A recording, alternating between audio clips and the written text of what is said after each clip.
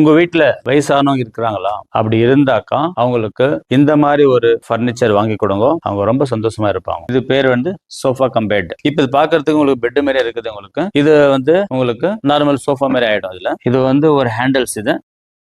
So இந்த பக்கமும் அதே மாதிரி தான். ஸோ வாங்கினாக்கா நம்ம க்ளோஸ் பண்ணிக்கலாம். சோஃபா மாதிரி ஆச்சு பாருங்க. இதுல வந்து ஒரு ஸ்டோரேஜ் இருக்குது. இது கொஞ்சம் ஹைட் ஸ்டோரேஜ் இருக்கிறதுனால இதுல வந்து அவங்க வந்து புக்ஸோ இல்ல பெட்ஷீட் வச்சுக்கலாம். அவங்களுக்கு இது எதுக்கு லைக் பண்றாங்கனாக்கா வயசானவங்க பாருங்க இவ்வளவு ஹைட்டுக்கு பாருங்க. ஸோ அவங்க வந்து ஈஸியா வந்துட்டு அவங்க உட்காந்துக்கலாம்.